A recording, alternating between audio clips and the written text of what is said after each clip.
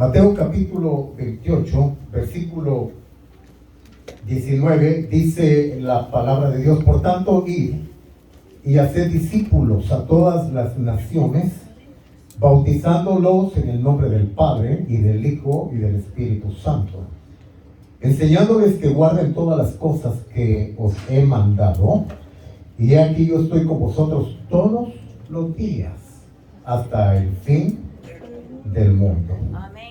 Ahora vamos por favor al libro de Hebreos, el capítulo 6,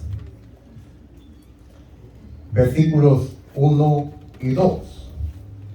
Por tanto, dejando ya los rudimentos de la doctrina de Cristo, los rudimentos, lo básico, lo esencial, vamos adelante a la perfección, madurez, desarrollo espiritual, no echando otra vez el fundamento, cimiento, parte de la vida de la iglesia. Aquí la iglesia está fundamentada en esto: del arrepentimiento de obras muertas, 1. 2, de la fe en Dios. 3, de la doctrina de bautismos, plural, bautismos. 4, de la imposición de manos. 5, de la resurrección de los muertos. Y 6ª doctrina del juicio eterno. Y esto haremos si Dios en verdad lo permite. Esta mañana me propongo compartir con ustedes, enseñar la necesidad que tenemos como seguidores de Jesucristo, porque eso es lo que somos, seguidores, discípulos, no solamente creyentes, no solamente simpatizantes, discípulos. La definición más simple que encontramos en el griego de discípulos, palabra matetes, es un alumno, alguien que tiene la disposición de aprender de su maestro. En este caso, cuando Jesús está comisionando a sus discípulos y dándoles el mandamiento de ir por todas las naciones, que prediquen el evangelio a toda criatura, comenzando primeramente en Judea, luego en Samaria y posteriormente hasta los últimos rincones de la tierra, Él es muy enfático y es muy claro en decirles que la comisión está basada en que hagan discípulos, seguidores de Jesús. Probablemente algunos de ustedes digan, y alguna vez también yo me lo pregunté, ¿será que tenemos que redefinir la palabra discípulo en este siglo XXI? Y digo redefinirla por varias razones. Número 1, porque la palabra discípulo ha sido muy maltratada a través de los tiempos, de la historia de la iglesia. Ha sido muy distorsionada. Y algunos predicadores, algunos maestros, algunos pastores, abusando de lo que la autoridad que Dios ha delegado y les ha comisionado, han interpretado este concepto del discipulado como que ellos tienen dominio, control total y absoluto sobre las personas. Y a lo mejor usted no lo sabe, pero en algunos momentos de la historia de la iglesia, a algunas personas cristianas se les pedía información hasta de sus cuentas bancarias. Y tenían que rendir cuentas de absolutamente todo. Era una forma de discipulado donde el pastor o el maestro o el líder espiritual estaba encima de la persona y no le dejaba respirar. Eso se llama sectas realmente. Y aquí en Estados Unidos todavía hay, en el pasado hubieron muchas. Aquí no se va a recordar la famosa historia de allá de Waco, Texas, ¿no? Con David Koresh, creo que se llamaba. Era un discipulado extremo, donde había un control y una manipulación sobre la gente tan impresionante que no podían hacer absolutamente nada sin consultarlo con el pastor. No es así realmente el concepto del discipulado que Jesús quiere. En primer lugar, no es así porque realmente Jesús nunca, ojo, nunca nos llamó a ser discípulos a nuestro alrededor. Es decir, yo no soy llamado por Dios a que ustedes sean mis discípulos. Yo estoy comisionado por Dios como pastor, como maestro de la Escritura, como un líder espiritual, para hacer de ustedes discípulos de Jesucristo. Me estoy dando a entender, hermanos. Es decir, seguidores de Jesús. Usted no tiene que seguirme a mí, usted tiene que seguir a Jesús. La Biblia dice: puesto los ojos en el pastor Mauricio, en el apóstol de moda hoy en día. Puesto los ojos en quién? En Jesús, el autor y el consumador de nuestra fe. Entonces nuestra vida no gira alrededor de hombres. Entendámoslo por el amor de Cristo.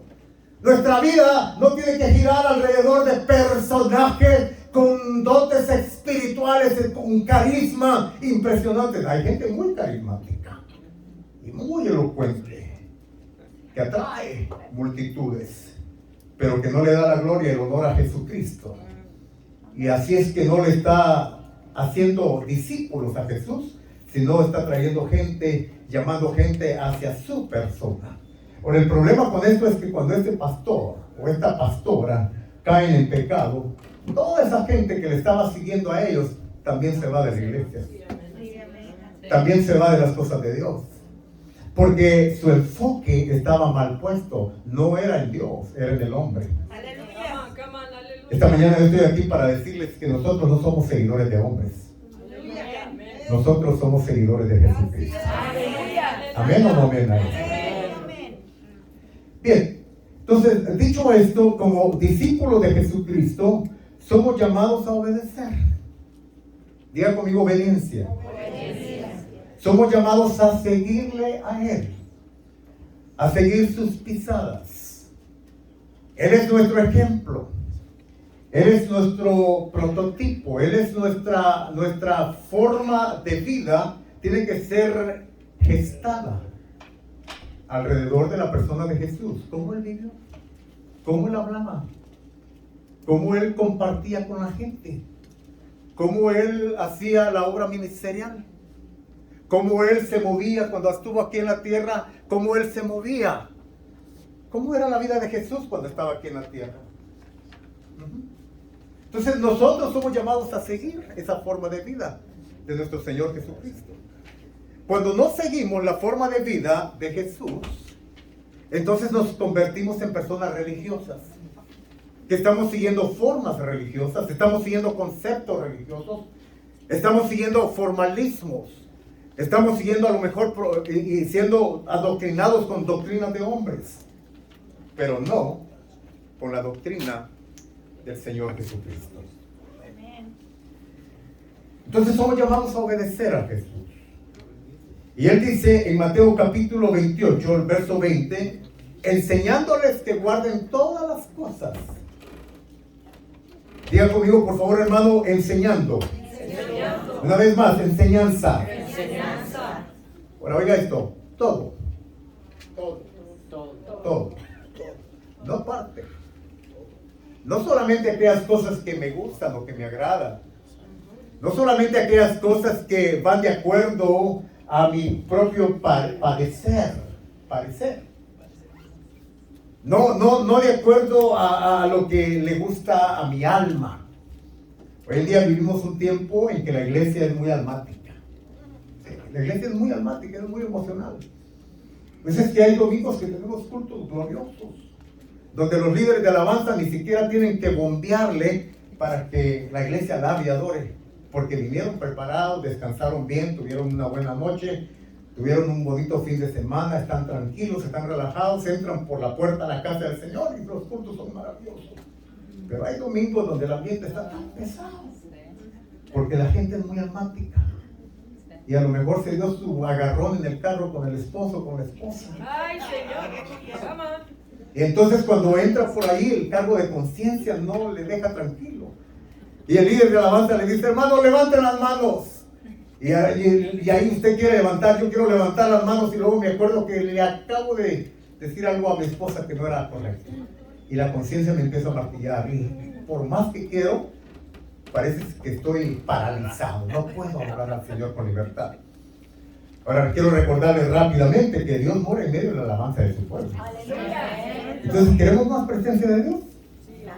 ¿Queremos más presencia de Dios? Entonces démosle más alabanza y adoración a Dios. Porque no se trata del carisma del hombre que predica. Puede ser cualquier persona que tenga el Espíritu Santo compartiendo la palabra, ¿sí? Pero si hay una atmósfera espiritual llena de la presencia de Dios, llena de la presencia de Cristo, aleluya, su mente, su corazón van a estar receptivos, el ambiente, la atmósfera espiritual van a estar receptivos. Entonces somos llamados a obedecer a Jesús. Somos llamados a seguir a Jesús. Ahora, una de las enseñanzas que Jesús deja bien establecida a través del apostolado, que yo soy de los que creo, que fue Pablo el que escribió la carta a la iglesia de Hebreos, tiene toda la tónica de Pablo, toda la forma literaria de Pablo, Hebreos.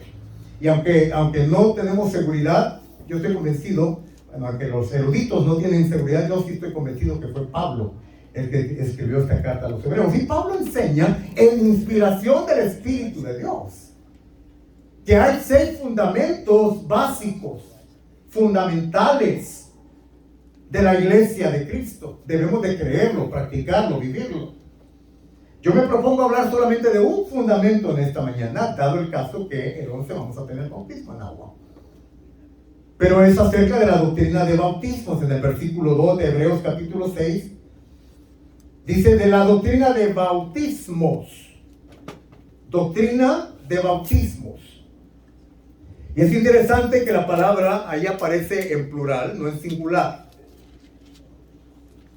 Porque realmente, bíblicamente, podemos probarles, mis hermanos, que hay más de un bautismo. Algunos hablan hasta de 7 bautismos. Yo solo puedo plantearles 4 bautismos bíblicamente. El primero es bautismo por un espíritu en un cuerpo, o por el espíritu en el cuerpo. El segundo es el bautismo en agua, que es donde me voy a enfocar en esta mañana. El tercero es el bautismo en el Espíritu Santo. Y el cuarto es el bautismo con fuego, que realmente es un bautismo de santificación. Este bautismo en fuego, estamos hablando de Dios. Para Dios no hay nada imposible. Dios en un solo día puede santificar un corazón. ¿Cuántos dicen amén? Por eso no nos entendemos, ¿verdad? Que un borracho entra a la iglesia, acepta a Jesucristo como el Señor y Salvador de su vida. En ese momento es lleno del Espíritu Santo y viene un bautismo de fuego, de purificación, y ese borracho deja de ser borracho. El mentiroso deja de mentir, el ladrón deja de robar. Entonces, ¿cómo explicamos? ¿Cómo se explica esto? Solamente a través de una obra milagrosa que el Espíritu Santo hizo. El fuego purificador del Espíritu Santo vino sobre la vida de la persona, y a través de su fe en Jesucristo se convierte en una nueva criatura, y ahora el poder de Dios viene sobre su vida y ya su vida cambia, es transformada. Y la gente allá afuera dice, nada más eso. Las otras religiones dicen, eso es todo en la vida cristiana, en la religión cristiana. Pues sí, no hay formalismos. ¿Por qué? Porque creemos en un Dios vivo. ¿Cuántos dicen amén? Que puede transformar corazones. ¿Amén o no amén? Bueno, entonces Jesús enseña el bautismo. Jesús comisionó el bautismo en Mateo 28, Marcos 16, ir a ser discípulos de todas las naciones, bautizándolos en el nombre del Padre, del Hijo y del Espíritu Santo, enseñándoles que guarden todas las cosas que yo os he mandado, y he aquí yo estaré con vosotros todos los días. El problema es que queremos que Él esté con nosotros todos los días, pero no guardamos lo que Él nos ha enseñado. Entonces, para ser un discípulo de Jesús, tenemos que obedecer lo que Él nos ha enseñado. ¿Cuántos dicen amén? El bautismo en agua, mis amados hermanos, no es una opción. Eco, quítenselo por favor. El bautismo en agua no es una opción. El bautismo en agua es un mandamiento. Diga conmigo, un mandamiento. Y ante un mandamiento se pueden hacer una de dos cosas. o se obedece o se desobedece. Así de simple. Entonces, o eres un hijo obediente a Dios, o eres un hijo desobediente a las enseñanzas de Dios. Muchas otras enseñanzas. Estoy enfatizando el bautismo en agua esta mañana. Entonces, el bautismo en agua, como algunas personas piensan, es opcional. No, no es opcional. No es cuando tú quieras hacerlo, no es cuando tú pienses que debes de hacerlo. Si tú de verdad has tenido un encuentro personal con el Señor Jesucristo, has recibido la revelación de Jesucristo en tu vida por el poder del Espíritu Santo, has sido removido del reino de tinieblas al reino de la luz. Si tú ya no estás caminando en el reino de Satanás, sino que ahora estás en el reino de Jesucristo, el Hijo amado, entonces, ¿y no te ha bautizado? Tú estás llamado a ser bautizado en agua. Amén, aleluya, gloria a Dios. El bautismo en agua no es, como algunas personas y algunas religiones y algunas denominaciones nos lo enseñaron en el pasado, no es que primero tienes que estar consagrado a Dios para luego bautizarte en agua. Dice, no, es que no estoy preparado para bautizarte. Espérame, ¿qué? ¿No estás preparado? Entonces, ¿no has recibido a Jesucristo como el Señor de tu vida? Porque si ya recibiste a Jesús, el primer mandamiento es la confesión de pecado, arrepentimiento de obras muertas. Ya lo hiciste. Ahora el segundo mandamiento, que va ligado al primero, es el bautismo en agua.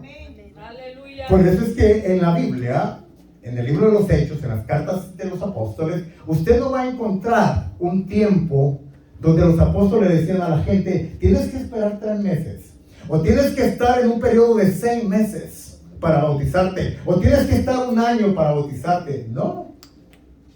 Hechos capítulo 8 relata la historia de un hombre llamado, que venía, el eunuco se conoce, venía de adorar de Jerusalén.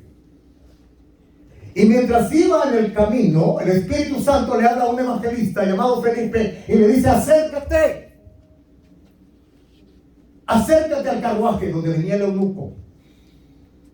Y cuando lo ve, Felipe se acerca y le dice, ve que está leyendo el libro del profeta Isaías. Y Felipe le pregunta, ¿entiendes lo que lees? El eunuco le responde, ¿cómo voy a poder entender si no hay nadie que me lo explique? Entonces Felipe sube al carruaje, se sienta al lado del eunuco y le empieza a hablar del evangelio de Jesucristo. Y en el camino, mis amados, aleluya, después de que el eunuco oyó el evangelio, después que el eunuco recibió a Jesús y tuvo la revelación de Jesús como el Cordero y se arrepintió de sus pecados, el eunuco le dice a Felipe, ese mismo día, mientras iban en el camino, dice, he ahí agua, ¿qué impide que yo sea bautizado? Come on, aleluya. No pasó 1 día, 2 días, 3 días, 6 meses, 1 año, en el momento. Gloria a Dios. Porque la revelación de Cristo en nuestras vidas provoca en nosotros un deseo de obediencia a la palabra de Dios. ¿Cuántos dicen amén a eso? Aleluya.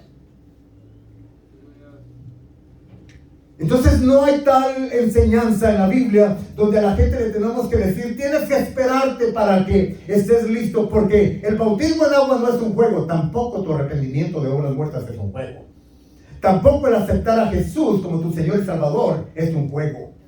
Las cosas de Dios no son juguetes. ¿Cuántos dicen amén a esto? Y me imagino que cuando tú dijiste, Jesús, te recibo, te confieso como el Señor y el Salvador de mi vida, lo estabas haciendo en serio, no estabas haciendo jugando. Amén. Imagino que lo estabas haciendo muy en serio. Entonces, si tú hiciste tu oración de fe y de arrepentimiento de obras muertas en serio, el siguiente paso para ti es el bautismo en agua.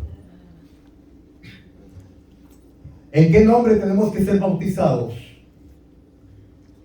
En el libro de Mateo, capítulo 28, verso 19, claramente dice en el nombre del Padre, Hijo y Espíritu Santo. Lo que pasa es que esto, si se dan cuenta aquí, son títulos, no son nombres. Padre es un título, Hijo es un título, y el Espíritu se interpreta por medio de la unción.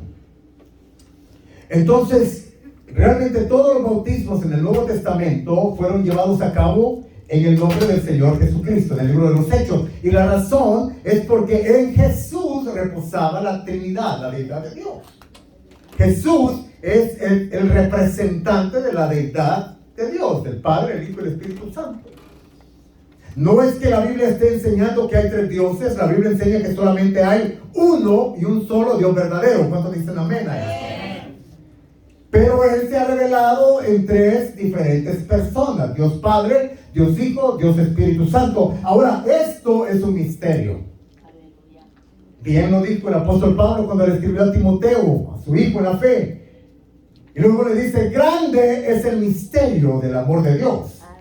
Dios se hizo hombre y habitó entre nosotros. Entonces Jesucristo es Dios. Espíritu Santo es Dios. El Padre es Dios. ¿Son tres dioses? No, son tres diferentes personas. ¿Por qué el Señor se manifiesta en tres diferentes personas?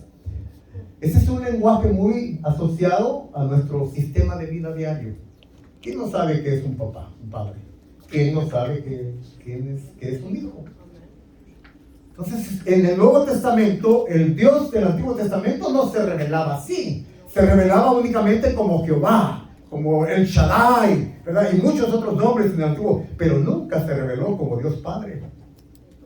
Ni tampoco se reveló como Dios Hijo. Hubieron unas formas muy así raras, en las cuales a veces había una aparición del ángel de Jehová. Probablemente dicen algunos que era el Señor Jesucristo. Pero en el Nuevo Testamento es donde el Espíritu Santo se vuelca con la revelación de este hermoso concepto del Dios Padre. Oh, wow, Dios Padre. O sea, yo puedo tener a Dios no solamente como mi Señor, mi Dios lo es, pero como mi Padre también. Se revela con el concepto del Hijo. O sea, yo como hijo puedo ir a su presencia. O sea, son conceptos muy humanos, muy adecuados. Lucas capítulo 11 dice: si vosotros, padres terrenales, siendo malos, sabéis dar buenas dádivas a vuestros hijos, ¿cuánto más vuestro Padre Celestial dará el Espíritu Santo a quienes se lo pidan? Aleluya, come on.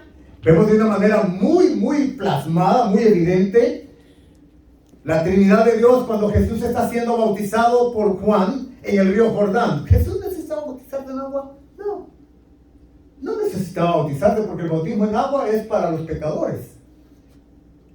Juan Bautista, un paréntesis rápidamente, Juan Bautista, que vino a preparar el camino del Señor, su mensaje era: arrepentidos y venir a las aguas del bautismo. Por eso se le conoce como el bautismo de Juan, porque el bautismo tiene un simbolismo y un significado espiritual muy interesante. Ahorita lo voy a mencionar.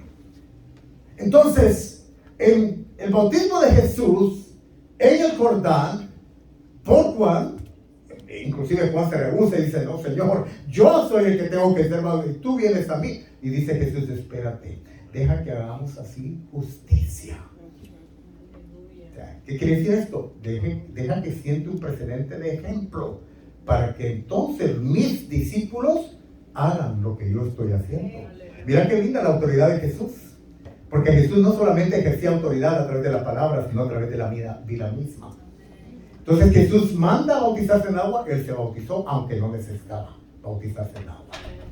Y ahí está siendo bautizado por Juan en el río Jordán. Y dice que se abren los cielos y se oye una voz que dice: este es mi Hijo amado, en él tengo un contentamiento extremo. Esto es lo que dice complacencia en el original. Estoy súper contento con mi hijo. Porque es un hijo obediente. Porque es un hijo que hace lo que yo le digo. Concepto de padre e hijo. Entonces ahí está siendo Jesús siendo bautizado en el Jordán. Luego dice que desciende el Espíritu Santo en una forma de paloma. Atención, el Espíritu Santo no es una paloma. El Espíritu Santo no es aceite. El Espíritu Santo no es agua. El Espíritu Santo es Dios, es una persona. Pero en la Biblia, el Espíritu Santo toma diferentes formas para que se le interprete: agua, aceite, fuego, una paloma. Y cada una de esas representa una forma simbólica parte de la personalidad del Espíritu Santo. Si no fuera una persona, el Espíritu Santo, entonces ¿por qué Hechos capítulo 13, verso 1 al 10? Mientras estaban los discípulos del Señor orando para enviar al evangelismo, a las misiones, a Pablo, a Saulo y a, recuérdenme el otro, ¿Silas? No.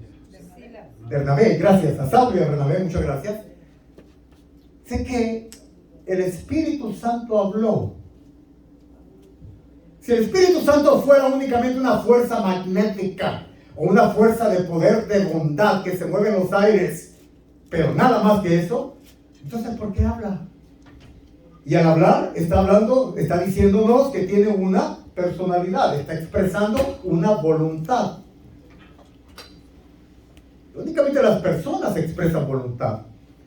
La voluntad de que quiero que Isaac vaya a las obras misioneras. El Espíritu Santo hablando, diciendo apartadme a Abraham y apartadme a Isaac para las obras que yo tengo para ellos. El Espíritu Santo hablando, una voluntad definida.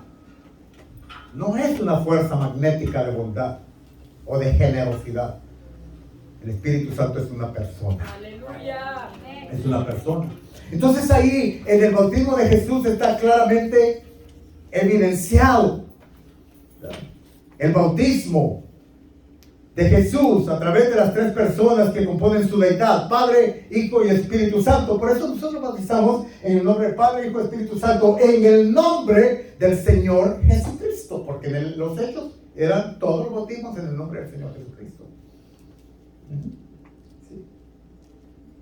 Ahora, la palabra bautismo significa en el griego bautismo, que lo que significa es una inmersión, sumersión, es colocar algo dentro de o debajo de el agua en este caso.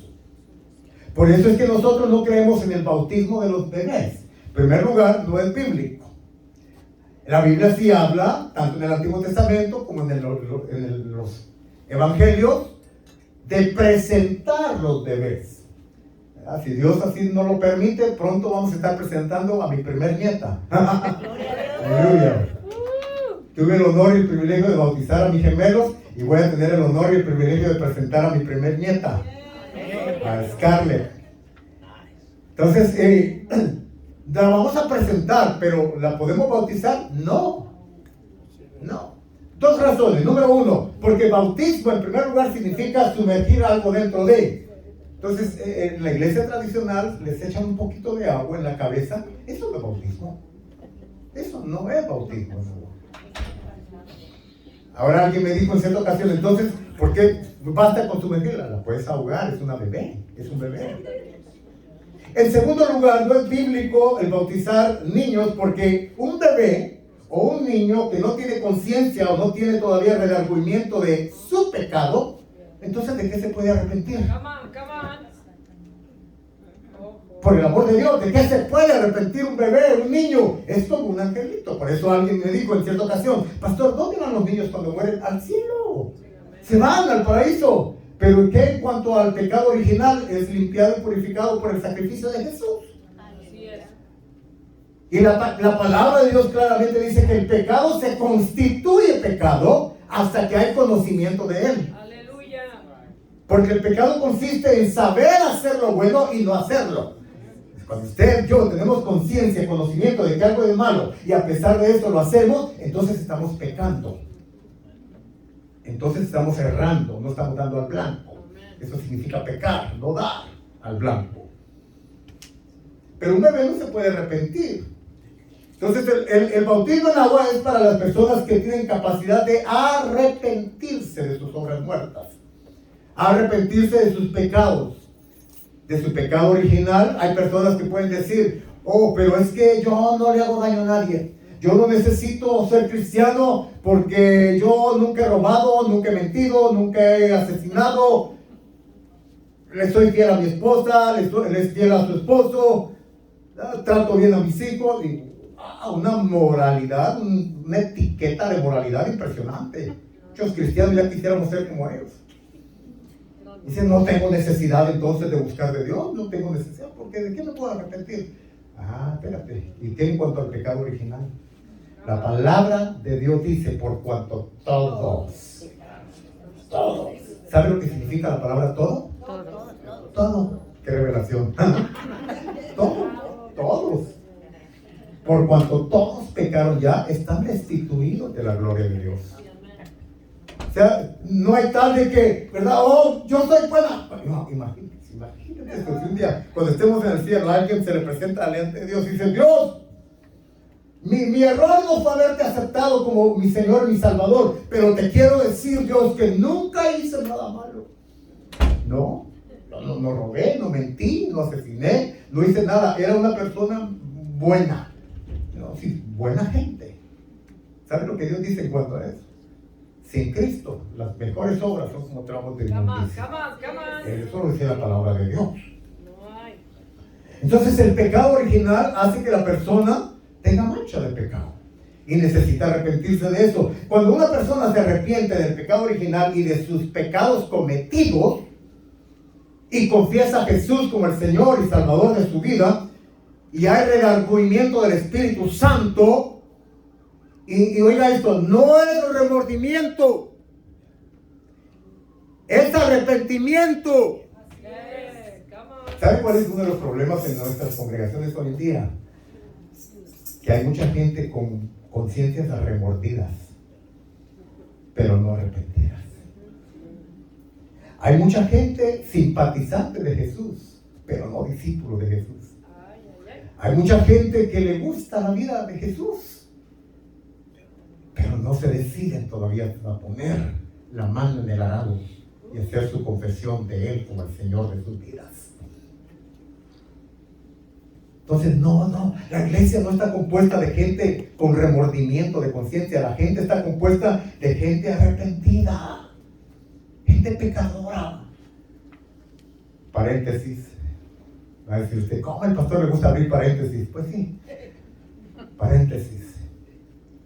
Por eso nosotros los cristianos deberíamos ser las últimas personas en atrevernos a juzgar a las personas que vienen a la iglesia por primera vez y son pecadores. Se nos olvida de dónde Dios nos sacó.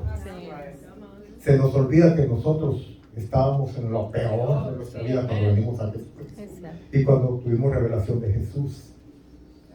Y ahora, porque llevamos algún tiempo en la iglesia, nos volvemos jueces de los demás. Jesús no era así, mis amados. Jesús no era así. Nosotros somos gente como pecadora, pero perdonada por la gracia redentora de Jesucristo. Alguien en cierta ocasión me dijo, no, para ser un cristiano como usted es mejor. No, porque los cristianos son muy hipócritas. Y eso duele para un pastor. Eso duele muchísimo. Y debería doler para cualquier cristiano también. Pero ¿sabe lo que debemos de decir muchas veces? También debemos de recordarle a la gente que nosotros no somos gente perfecta, sino gente extraída de un mundo pecador, masa extraída de un mundo pecador en un proceso de transformación continua por el poder del Espíritu Santo y la palabra de Dios. Ahora, por favor, ojo, atención, ¿llevas 20 años de la iglesia y todavía seguís siendo el mismo?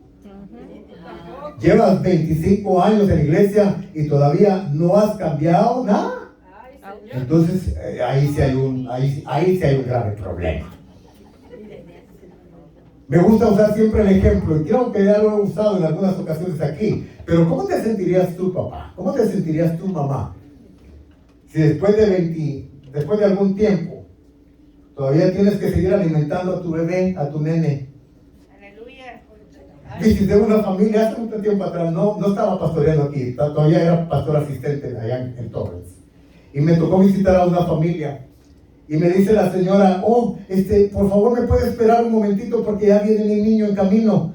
Sí, hermana, está bien. Qué bueno que su niño va a escuchar la palabra de Dios. Y yo asocié el concepto niño con un nene de unos 8 o 10 años que iba a llegar de la primaria o la middle school tal vez, o algo así. Cuando va entrando aquel hombre grandote, con bigote, peludo, como de 30 años.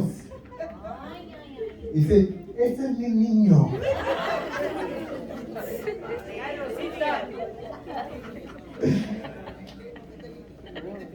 Hay algunos que todavía necesitan la pacha, la mamila, la teta, el biberón. El pecho de la mamá. Entonces, ¿pero de 30 años? No.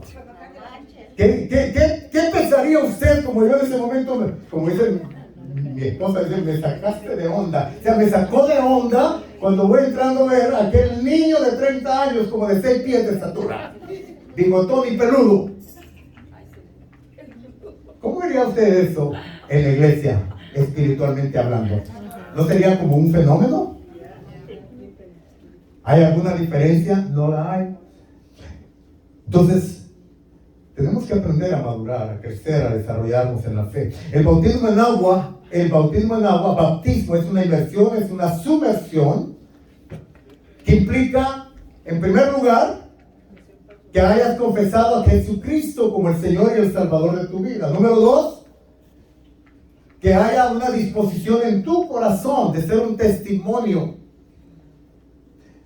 y ser un referente en la muerte, sepultura y resurrección del Señor Jesucristo. Romanos capítulo 6, Romanos capítulo 3. El bautismo en agua, mis amados hermanos, es una forma de identificación con el Señor Jesucristo. Cuando aceptamos a Jesús y confesamos a Jesús como el Señor de la vida, en ese momento estamos aplaudiendo su sacrificio. Estamos recibiendo de su gracia. Estamos aceptando la salvación que Él nos da. Cuando Jesús muere en la cruz del Calvario, Él está pagando el precio del pecado de todos aquellos que un día le van a confesar como el Señor y el Salvador de su vida. Pero luego, el bautismo, ese es el primer paso del bautismo en agua. La confesión, el aceptar la gracia redentora, salvadora, purificadora, porque por gracia sois salvos. Y esto no de vosotros, es un regalo que viene de parte de Dios. Efesios 2:8. Pero luego, en segundo lugar, la Biblia nos da la idea en el libro de Romanos 6 y en el libro de Romanos capítulo 3 también, de que tenemos que identificarnos con Jesús en su muerte y crucifixión. Es decir, ahora ya no solamente aplaudo lo que Él hizo por mí. Ahora, como discípulo del Señor, ahora yo soy llamado a ir también a la cruz. ¿Qué cruz? Su propia cruz. Por eso es que Jesús enseñaba en los evangelios: si alguno quiere ser mi discípulo, niéguese a sí mismo, tome su cruz y entonces sígame. No hay seguimiento de Jesús sin cruz.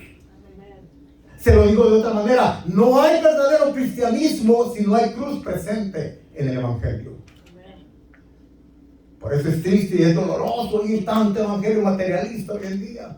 Es triste y doloroso oír tanto evangelio almático, tanto evangelio que va únicamente con las emociones y apunta a las emociones.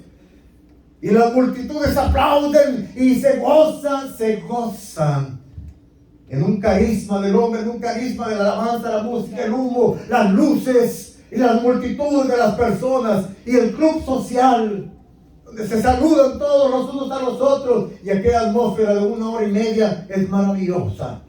Pero luego regresan a sus casas y viven y regresan a hacer lo que quieren y no siguen a Jesús y no dan ejemplo de Jesús.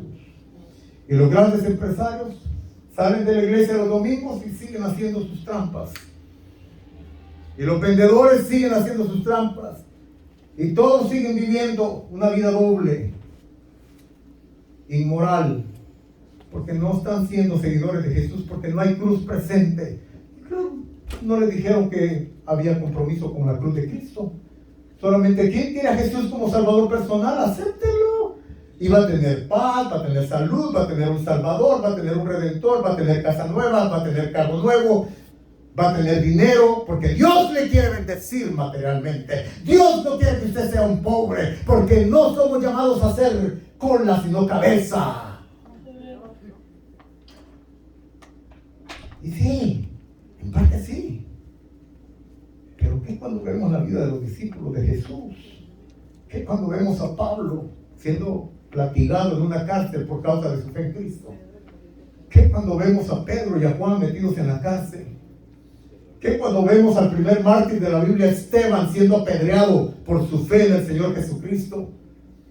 ¿Qué cuando vemos a un Tomás de Aquino entregando su vida por Cristo? Siglo XX, hace 2-3 años atrás, 5 pastores de Guatemala fueron quemados vivos allá en el Medio Oriente por su fe en el Señor Jesucristo. Y cuando estaban siendo quemados, únicamente alababan y daban gloria y honor y honra al Señor Jesucristo. Es que esos pastores estaban en pecado. No. Se estaban identificando. Si tenían la revelación del bautismo en agua, es una identificación con Cristo en su evangelio de la cruz. Ya lo prediqué hace semanas atrás. El evangelio de la cruz es locura. Locura para los que se pierden, pero poder de Dios para los que se salvan. Entonces, mis amados hermanos, hay que identificarnos con Jesús en su muerte y en su, dice, resurrección. Bendito sea el nombre del Señor por esto. Mira qué bendición. Tenemos la tripartita bendición de nuestro Dios tripartito, o 3. Tenemos triple bendición. Tenemos la bendición de ser salvos sin que yo tenga que pagar absolutamente nada. La salvación no se compra. La salvación es por gracia, no es por obras para que nadie se gloríe. Es por gracia. Yo no tengo que hacer absolutamente nada para recibir salvación, más que confesar que Jesús es mi Señor, arrepentirme de mis obras muertas. Y lo demás ya es la obra del poder del Espíritu Santo en mi vida. Pero cuando por el poder del Espíritu que mora en cada uno de nosotros, nos identificamos con Él en su crucifixión, ahí es maravilloso. Eso es maravilloso. Porque juntamente, oiga esto, porque juntamente con un periodo de trituración en el monte de Getsemaní, también viene posteriormente la consolación de los ángeles de Jehová. Porque después de haber pasado un tiempo de crucifixión dolorosa en la cruz del Calvario, después recibió el más nombre y el más alto honor dado a cualquier hombre de esta tierra, nombre que es sobre todo nombre, el nombre de Jesucristo. Y por su padecimiento aprendió obediencia como hijo, dice la palabra de Dios en hebreo. Pero mire qué maravilloso, porque después de su muerte, sepultura muerte y sepultura, viene entonces ahora una posterior resurrección. Y eso es lo que representa el bautismo en agua: muerte, sepultura y resurrección.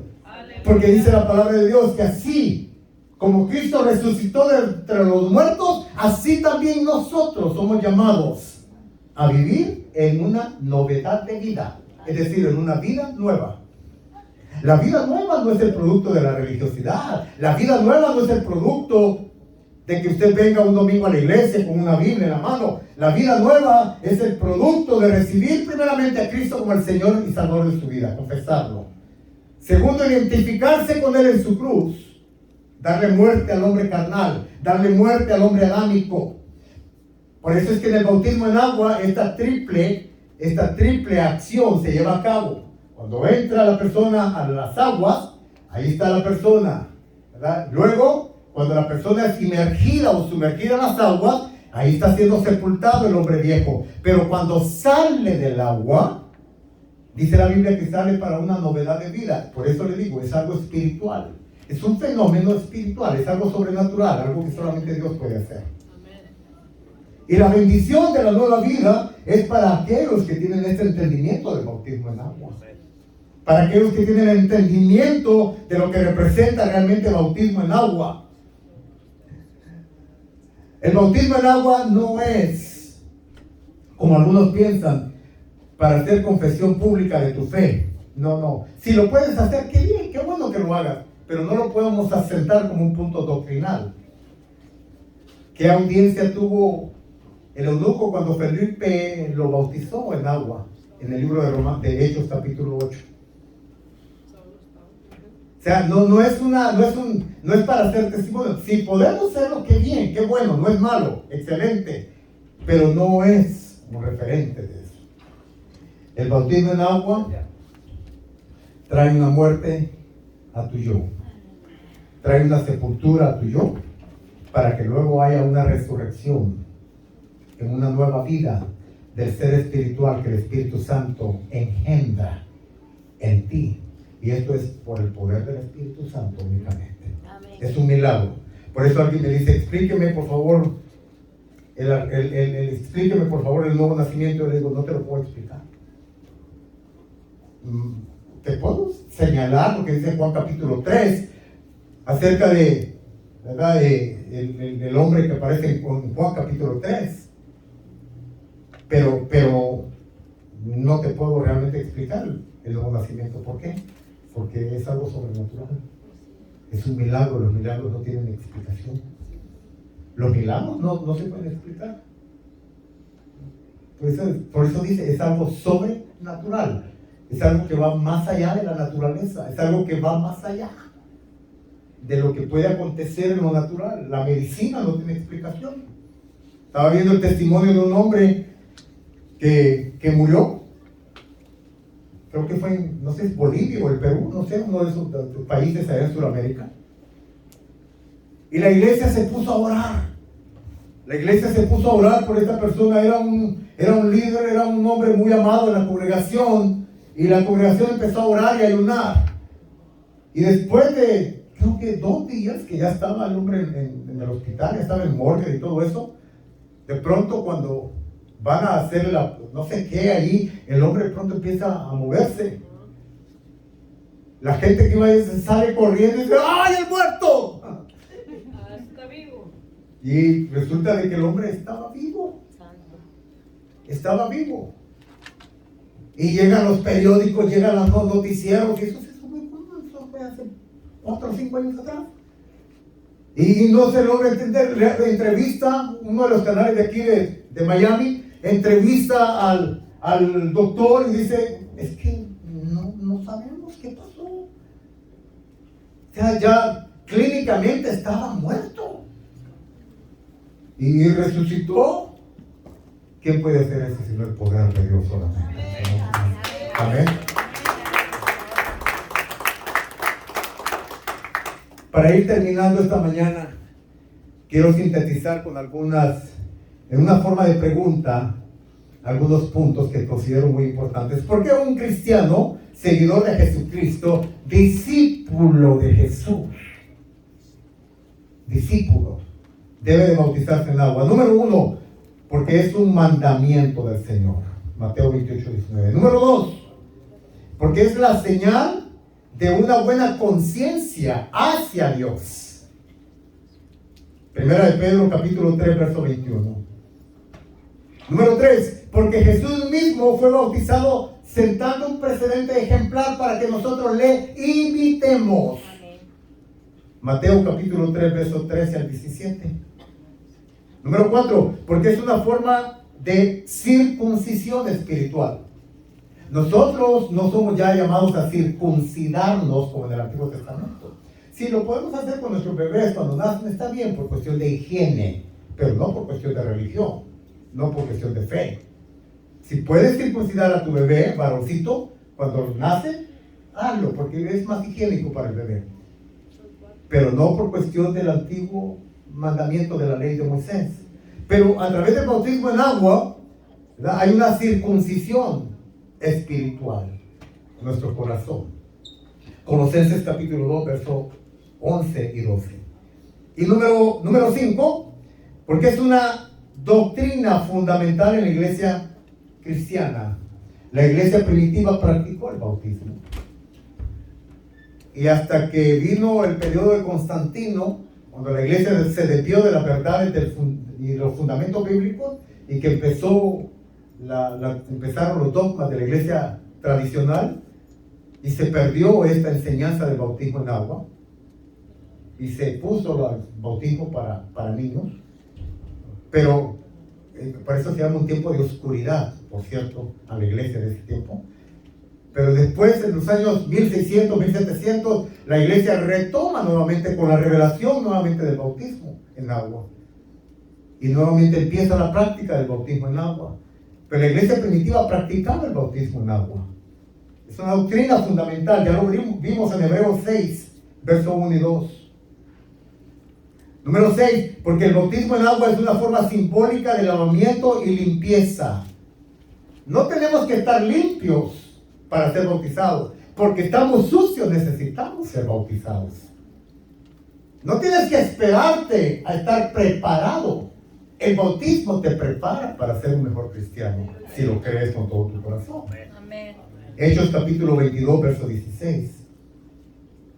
Y número 7, porque es una confesión externa de lo que ha pasado en mi interior. Y esto no es delante de la gente solamente, es una confesión para mí, es una confesión para Dios.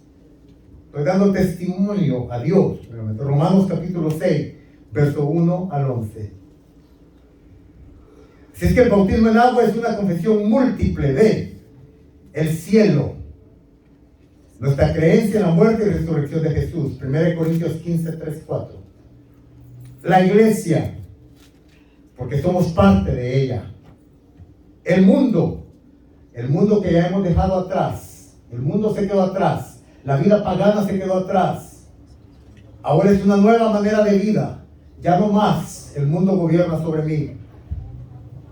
El diablo, porque ya hemos terminado nuestra relación con él. Ya fuimos trasladados del reino de Satanás al reino de Jesucristo, el Hijo amado. Gloria a Dios. Y ahora Satanás, los demonios, ya no son los que controlan mi vida. Ahora Jesucristo, el Espíritu Santo, es el que controla mi vida. ¿Cuántos dicen gloria a Dios por eso? En el bautismo en agua, somos identificados con su muerte, entierro, o sea, su sepultura y resurrección de nuestro Señor Jesucristo. El bautismo en agua debe ser practicado y deberíamos de practicarlo más a menudo con todos aquellos que van arrepintiéndose de sus obras muertas, confesando a Jesús y dando el paso decisivo de seguir al Señor Jesucristo como el Señor y el Salvador de su vida, valga la redundancia. Aleluya. Jesucristo como el Señor y el Salvador de nuestras vidas. No pretendemos con esta charla, con esta enseñanza, tratar de forzar, porque si estaríamos forzando, entonces no estás preparado realmente. Hace falta la revelación de Jesús en tu vida. No se trata de eso, pero sí te estamos tratando de enseñar bíblicamente lo que te corresponde hacer a ti como un seguidor de Jesús verdadero, ¿no? Y no posponer. Mañana. Hay un pasaje en la Biblia que es muy fuerte,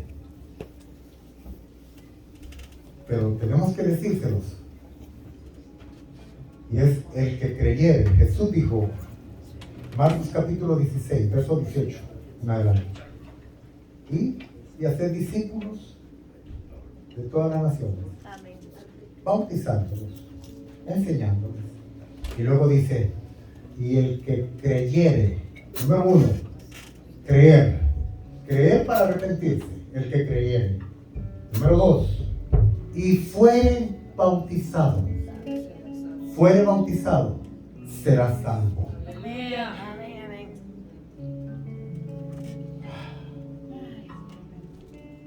Jesús está diciendo que la salvación se obtiene mediante el arrepentimiento de obras muertas y el bautismo en agua. Oh, hermano, pero ¿qué pasó con el ladrón de la cruz que no se bautizó? Bueno, son esos casos excepcionales que hay en la Biblia. ¿Qué pasa si un cristiano recién convertido está volando en un avión y de regreso a casa hay un accidente y la persona muere? ¿Es salvo? Sí, es salvo. No tuvo la oportunidad para bautizarse en agua. Si es que el bautismo en agua es un mandamiento para aquellos que tienen que practicarlo, obedecerlo y vivirlo. Y no para apegarnos a aquellos casos excepcionales de la palabra de Dios, siguiéndolos como una forma de ejemplo o de mandamiento. Si el ladrón no fue bautizado, tampoco yo tengo que ser bautizado. De todas maneras voy a ser salvo. Ten cuidado con eso. Ten mucho cuidado, porque el mandamiento está bien claro. El que creyere y fuere bautizado será salvo. El que no creyere y no fuere bautizado será condenado. Entonces el bautismo es un paso de obediencia. Maravilloso. Maravilloso. Bendito sea el nombre del Señor. Padre, te damos gracias por tu palabra en ese día. Gracias porque tú nos has enseñado, no solamente con la palabra, pero nos enseñas también con el ejemplo de vida. Señor, en esta casa queremos ser no solamente creyentes, no queremos ser solamente simpatizantes tuyos, Señor. No solamente queremos ser admiradores de tus milagros y de tus maravillas, también queremos ser tus seguidores, queremos ser tus discípulos, porque tú nos dijiste ir y hacer discípulos a todas las naciones. Señor, que esta casa sea una casa de discípulos, sea una casa de discipulado, Dios, sea una casa de hombres y mujeres que disponen su corazón en obediencia para seguir tus mandamientos, en amor, pero seguimos tus mandamientos, Señor, porque estamos apasionados de lo que tú has hecho por nosotros, porque te admiramos tanto, Señor, porque queremos parecernos tanto a ti, amado Jesús, porque tus obras son tan maravillosas, son tan poderosas, porque nos has cautivado nuestros corazones por tu Santo Espíritu. Y ahora aquí nos tienes rendidos delante de ti, Señor Jesús, con un anhelo ferviente en nuestro corazón de ser una iglesia seguidora de ti, de tus mandamientos, una iglesia que pueda ser ejemplar en la ciudad donde estamos, una iglesia que pueda experimentar el poder de Dios, pero también pueda experimentar la obediencia a la palabra de Dios. Padre, queremos tus caminos, pero también queremos que nos los enseñes, por favor. Así como Moisés, Señor, así como Moisés, enséñanos tus caminos para andar en ellos y no apartarnos, ser obedientes, amado Jesús. Gracias, Espíritu Santo, por esta congregación hermosa, por este pueblo hermoso. Gracias por estos hermanos que van a tomar el paso de bautizarse el día sábado 11. Señor, que ese día sea un día glorioso, donde los cielos se abran, donde una vez más se vuelva a oír esta voz que dice: tengo un súper contentamiento con mi hijo, con mi hija, porque está dando un paso de obediencia. Gracias, Señor. Gracias, amado Dios.